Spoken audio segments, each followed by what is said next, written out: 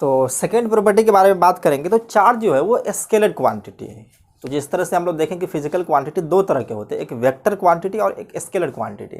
तो scalar quantity को जोड़ना या घटाना बहुत आसान है, लेकिन जब भी हम लोग वेक्टर क्वांटिटी के पास जाते हैं तो उसके लिए अलग से रूल पड़ते हैं। जैसे ट्रायंगल रो ऑफ एडिशन और सब्ट्रैक्शन के लिए हम दोनों साथ ही पढ़ लेते हैं, और प्रोडक्ट करने के लिए हम लोग दो तरह से पढ़ते हैं, स्केलर प्रोडक्ट जिसको हम लोग क्रॉस प्रोडक्ट कहते हैं, सॉरी वेक्टर स्केलर प्रोडक्ट या जिसको सिंपल प्रोडक्ट कहते हैं। उसके बाद एक होता है वेक्टर प्रोडक्ट जिसको क्रॉस प्रोडक्ट कहते हैं। तो अगर ये चार्ज जो है स्केलर क्वांटिटी है तो ये जितने भी मैथमेटिकल टूल्स होंगे, मतलब जो एडिशन सब्ट्रैक्शन मल्टीप्लिकेशन और डिवीजन जो भी होगा, तो हम लोग उसको सिंपल मेथड से कर सकते हैं। तो सेकेंड प्रॉपर्टी जो है सो चार्ज क्या है, वो स्केलर क्वांटिटी है। तो second charge is scalar quantity.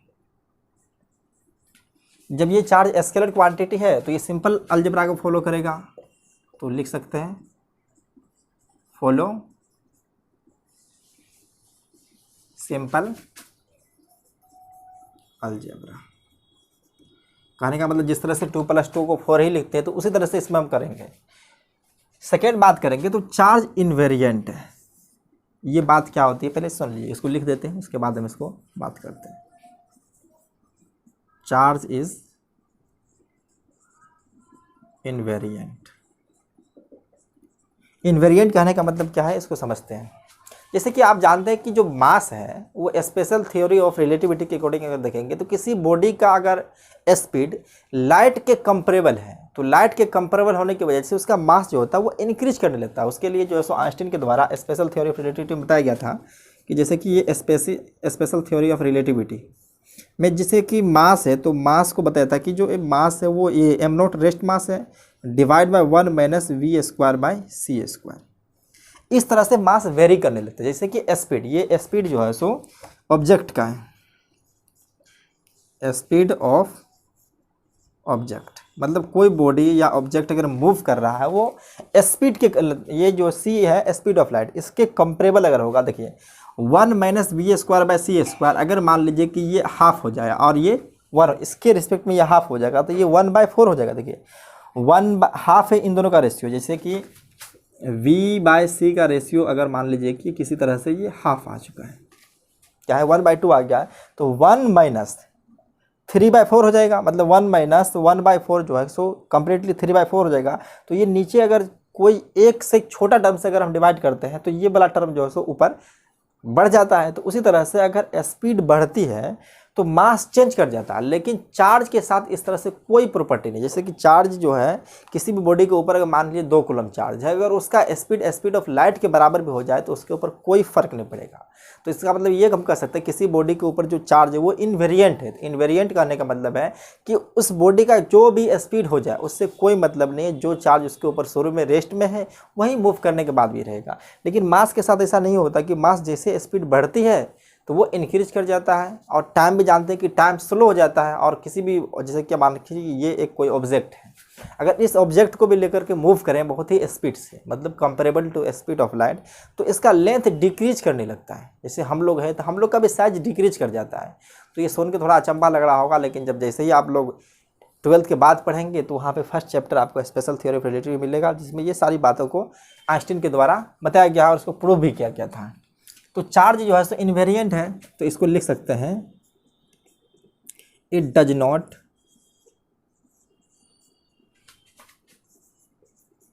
Depends on its speed. मतलब कुछ भी स्पीड हो जाए इसको फर्क नहीं पड़ने वाला है। लेकिन मास के साथ ऐसा होता है कि मास चेंज कर जाता है।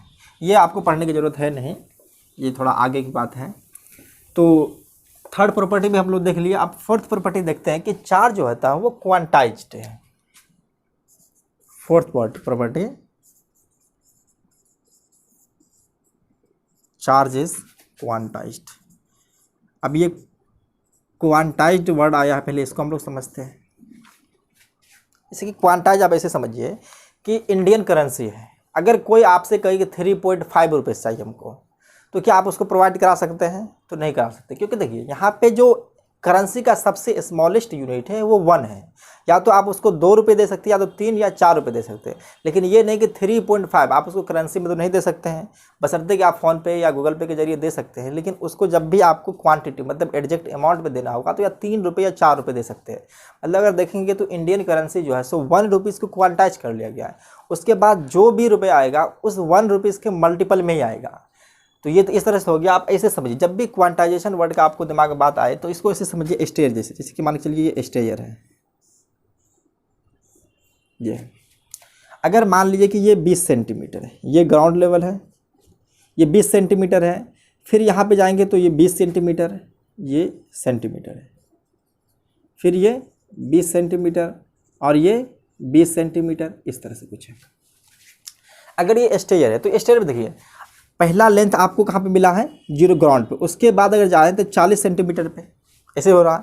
फिर उसके बाद जाएंगे तो 20 है, 20 के बाद डायरेक्ट आपको 40 मिलेगा, क्योंकि उनके बीच में कोई स्टेप है नहीं है। फिर 40 से अगर आप जाएंगे तो आपको 60 मिलेगा, फिर 60 से अगर ऊपर जाएंगे तो 80 मिलेगा। तो यहाँ पे देख रहे हैं कि 20 जो है 20 सेंटीमीटर जो क्वांटाइज्ड वैल्यू है। जब भी जो स्टेप आगे बढ़ रहा है इसी 20 के इंटीग्रल मल्टीपल में, क्योंकि एक बार जो है सो 20 है, दूसरा बार देखेंगे तो 2 इंटू 20 है, 3 इंटू 20 और 4 इंटू 20 है। तो कुछ इस तरह से जो है सो ये वैल्यू होता है। जब भी क्वांटाइज्ड वर्ड आएगा तो समझिए कि स्टेयर की तरह है। स्टेयर फर्स्ट स्टेयर पे मान के चलिए अगर हाइट उसका 20 सेंटीमीटर है तो सेकेंड का आपको 40 सेंटीमीटर मिलेगा, उसके बाद थर्ड जाएंगे तो 60 सेंटीमीटर मिलेगा। उसी तरह से चार्ज भी जो है वो एक क्वांटाइज्ड वैल्यू है। ऐसे नहीं कि हम रेंडमली कुछ भी ले सकते हैं, उसके लिए एक स्पेसिफिक चार्ज का जो है सो वैल्यू होना चाहिए जो किसी एक स्पेशल वैल्यू के इंटीग्रल मल्टीपल होगा। क्योंकि अगर हम बात करें जो चार्ज होते हैं वो सबसे स्मॉलेस्ट चार्ज जो होते हैं वो चार्ज ऑन इलेक्ट्रॉन होता है, उसी चार्ज को हम लोग फंडामेंटल चार्ज कहते हैं। और जब भी हमको चार्ज मिलेगा तो उसी फंडामेंटल चार्ज के इंटीग्रल मल्टीपल में होगा, तो उसी को हम लोग कहते हैं कि चार्ज जो है वो क्वांटाइज्ड है। तो इसको अगर हम लिखना चाहें, ये एग्जाम्पल तो ज़रूरत नहीं है, आप समझ गए कौन सा।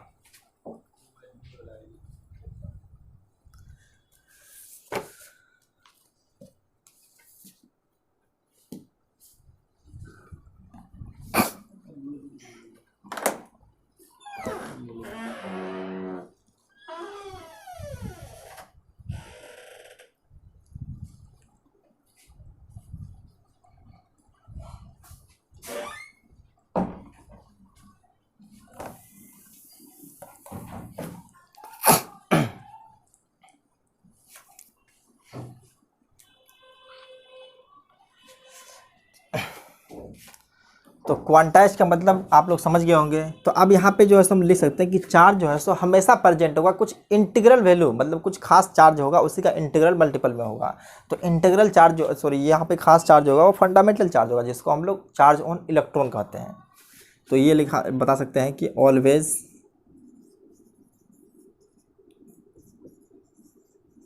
प्रेजेंट इन इंटीग्रल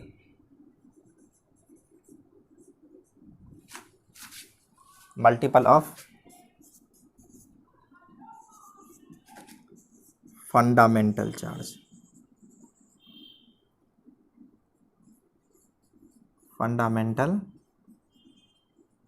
चार्ज, या इसी को ब्रैकेट में लिखना चाहेंगे फंडामेंटल चार्ज क्या होता है, तो ये हो जाएगा charge present on electron. Charge present on electron, electron को शॉर्ट फॉर्म में e⁻⁻⁻⁻ भी लिख सकते हैं। तो ये फंडामेंटल चार्ज का डेफिनेशन हो गया कि जो इलेक्ट्रॉन के ऊपर चार्ज होता है उसी को हम लोग कहते हैं फंडामेंटल चार्ज। तो अगर हम Q जब भी लिखेंगे तो Q जो होगा वो N इंटू ई होगा। यहाँ पे E जो है वो इंटीजर है, N बिलोंग्स टू इंटीजर। तो इंटीजर आप जानते हैं कि वो 0 +-1 +-2 +-3, तो n का वैल्यू कुछ भी हो सकता है।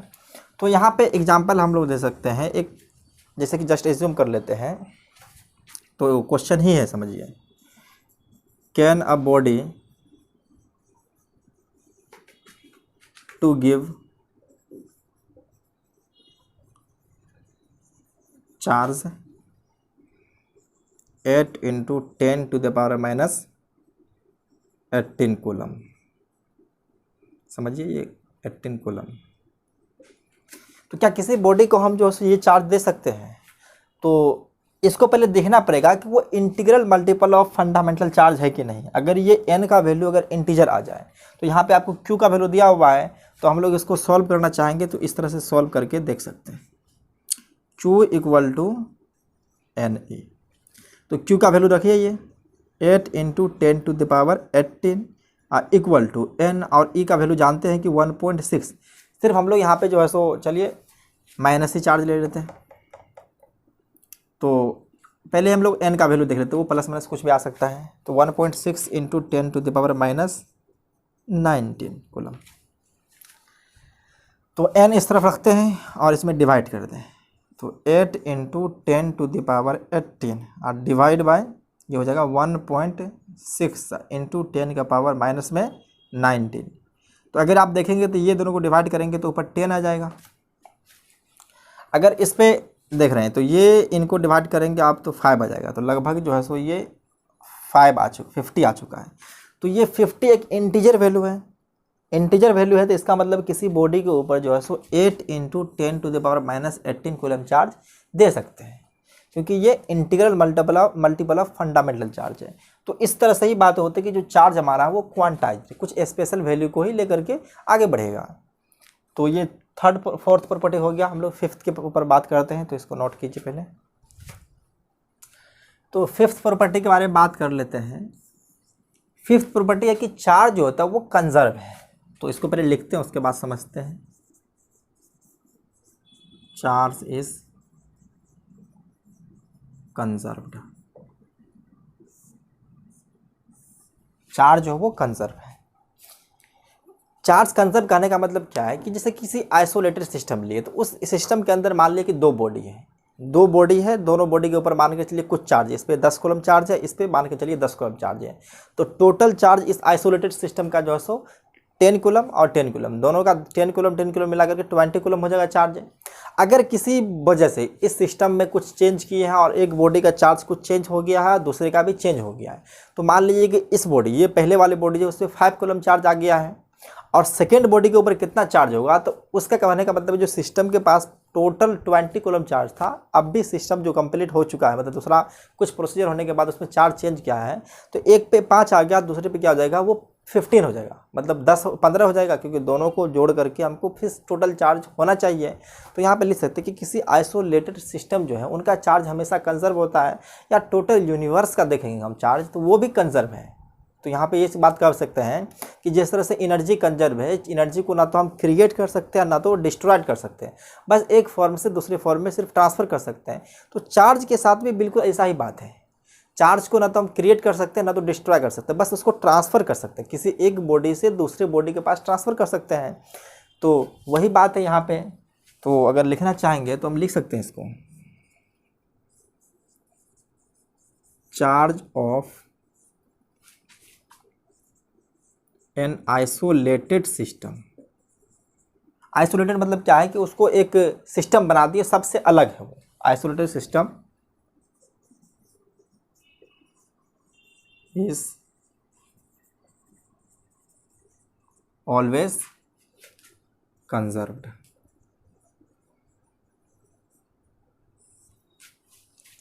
इसको एक स्टेटमेंट और भी लिख सकते हैं, चार्ज neither be created और destroyed। ना तो हम चार्ज को क्रिएट कर सकते हैं ना तो डिस्ट्रॉय कर सकते हैं, बस इसको हम ट्रांसफर कर सकते हैं। Only it can be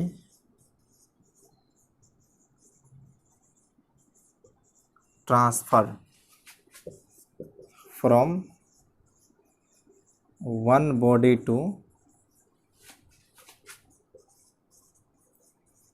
another body by the transfer of electron। क्योंकि इलेक्ट्रॉन के ट्रांसफ़र की वजह से हम लोग चार्ज ट्रांसफ़र कर सकते हैं, क्योंकि प्रोटॉन जो होते हैं वो न्यूक्लियस के अंदर बहुत ही हाईली बॉन्डेड होते हैं, मतलब टाइटली बॉन्डेड होते हैं, जिसकी वजह से उसको ट्रांसफ़र किया नहीं जा सकते हैं bye transferring electron.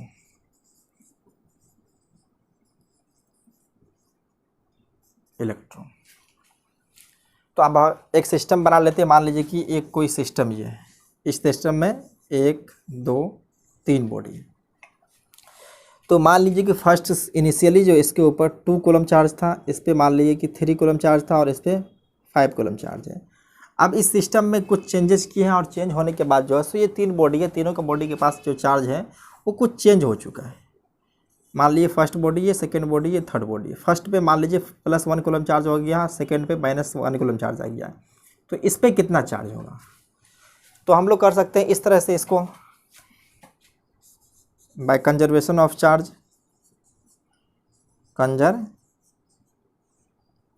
Of charge, जो चार्ज इनिशियली था Q initially equal to Q final, किसके लिए? ये सिस्टम का initial charge on system equal to final charge on system. तो यहाँ पे हम लोग देख सकते हैं कि पहले जनरल तरीका बता देते हैं। मान लीजिए पहले पे चार्ज क्या था? Q1 Q2 Q3 था। तो ये Q1 + Q2 + Q3 है। तो अब जो Q1 dice Q2 dice plus Q3 dice है वो भी बराबर होना चाहिए। अगर इनिशियली देखेंगे हम तो +2 +3 +5 था, ये हो जाएगा +2 coulomb +3 coulomb +5 coulomb equal to, इस पे चार्ज है +1 कूलम, इस पे है -1 कूलम। तो ये हो जाएगा +1 coulomb -1 coulomb plus Q3 dice. तो हमको Q3 डाइस चाहिए। तो यहाँ पे देखिए ये 1 कूलम और 1 कूलम मिलकर के 0 हो जाएगा, और इस तरफ देखेंगे तो 2 3 5 और 5 10 हो जाएगा। तो यहाँ से Q3 डाइस जो आ चुका है वो 10 कूलम चार्ज है। मतलब किसी सिस्टम है, अगर वो सिस्टम अगर आइसोलेटेड है, ये सिस्टम जो है सो आइसोलेटेड सिस्टम ये लिए, तो उनके पास जो इनिशियल चार्ज है वही फाइनल चार्ज होगा। तो इस तरह से आप देख लिए कि ये प्रॉपर्टी नंबर 5 था, इसके बारे में हम लोग बात कर लिए हैं। और प्रॉपर्टी नंबर 6 है, जिसकी वजह से समझिए कि पूरा इलेक्ट्रोस्टेट और मैग्नेट करंट इलेक्ट्रिसिटी सारी की सारी बातें जो है सो इसी प्रॉपर्टी को लेकर के हम लोग डिफाइन करेंगे। तो उस बात को हम लोग डिस्कस करते हैं, पहले इसको नोट डाउन कीजिए। तो 6th प्रॉपर्टी के बारे में हम लोग बात करते हैं। तो ये चार्ज जो है, जैसे कि हम लोग बात किए कि चार्ज अगर रेस्ट पे रहता है तो कुछ प्रॉपर्टी होता है, जब चार्ज मूव करता है तो कुछ और प्रॉपर्टी उसके साथ ऐड हो जाता है। मतलब जो रेस्ट में रहने के बावजूद उसके पास प्रॉपर्टी था वो तो रहेगा ही। जैसे कांस्टेंट वेलोसिटी से मूव करना स्टार्ट कर दिया तो उसके अंदर कुछ प्रॉपर्टी ऐड कर चुका है। जैसे कि रेस्ट चार्ज है तो वो सिर्फ इलेक्ट्रिक फील्ड प्रोड्यूस करता है। अगर वही चार्ज जब मूव करने लगता है अगर कांस्टेंट वेलोसिटी से, तो वो मैग्नेटिक फील्ड प्रोड्यूस करता है। अगर जब वही वेरिएबल वेलोसिटी से, 3 कंडीशन हो गया, पहले रेस्ट में है तो सिर्फ इलेक्ट्रिक फील्ड प्रोड्यूस किया। अगर जब वही चार्ज कांस्टेंट वेलोसिटी से मूव करना स्टार्ट कर दिया तो वो इलेक्ट्रिक फील्ड तो प्रोड्यूस कर ही रहा है, साथ साथ मैग्नेटिक फील्ड प्रोड्यूस करेगा। अब जब चार्ज थर्ड कंडीशन में चार्ज जब वेरी करने लगा, मतलब स्पीड जब उसका वेरिएबल है, मतलब एक्सेलरेशन जब आ चुका है, तो अब 3 चीज़ें ये प्रोड्यूस करेगा। इलेक्ट्रिक फील्ड तो कर ही रहा था, मैग्नेटिक फील्ड कर रहा था, और थर्ड प्रॉपर्टी जो है सो इलेक्ट्रोमैग्नेटिक वेव। जैसा कि आप जानते हैं कि हमारा लाइट जो है वो भी एक इलेक्ट्रोमैग्नेटिक वेव है। इलेक्ट्रोमैग्नेटिक वेव का स्पेक्ट्रम जो हम लोग देखेंगे, ये इलेक्ट्रोमैग्नेटिक वेव एक करके चैप्टर ही है लास्ट में, मैग्नेट पढ़ने के बाद जो है सो हम लोग चैप्टर नंबर 8 करके ये एक बड़ा छोटा सा चैप्टर है जिसके अंदर इलेक्ट्रोमैग्नेटिक वेव के बारे में टोटल डिटेल हम लोग पढ़ेंगे। तो पहले बात कर लेते हैं कि चार्ज जो है सो प्रोड्यूस करता है अलग अलग स्टेट में। अगर रेस्ट में है तो कुछ प्रॉपर्टी प्रोड्यूस करता है, अगर जब कांस्टेंट वेलोसिटी से मूव किया तो कुछ प्रॉपर्टी उसकी वजह से प्रोड्यूस हुआ है, अगर वही चार्ज एक्सलेट कर गया है तो कुछ और प्रॉपर्टी उसकी वजह से प्रोड्यूस हो गया। तो वही सब बात हम लोग यहाँ पे लिखते हैं। तो लिख सकते हैं कि charge can produce electric field, इसको हम लोग रिप्रेजेंट करेंगे ई वेक्टर से। सेकेंड, मैग्नेटिक फील्ड, इसको हम लोग बी वेक्टर से रिप्रेजेंट करते हैं। एंड इलेक्ट्रोमैग्नेटिक वेव,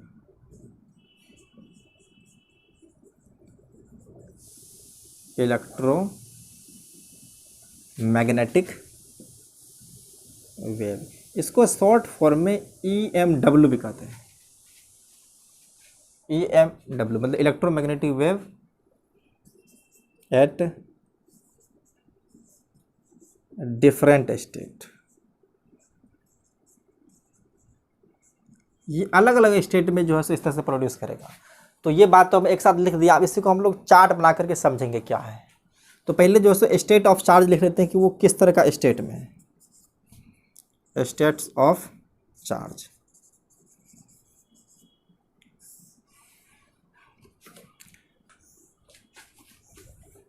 इस तरह से कुछ चार्ट बना लिए। पहला इलेक्ट्रिक फील्ड, इसको ई वेक्टर से रिप्रेजेंट करते हैं क्योंकि इस तरह से हम यहाँ पे लिखे थे। इलेक्ट्रिक फील्ड को शॉर्ट फॉर्म में ई वेक्टर कहेंगे। उसके बाद हो जाएगा मैग्नेटिक फील्ड, इसको हम लोग शॉर्ट फॉर्म में बी वेक्टर से रिप्रेजेंट करेंगे। और थर्ड जो हो जाएगा वो EMW इलेक्ट्रोमैग्नेटिक वेव। बस इस तरह से।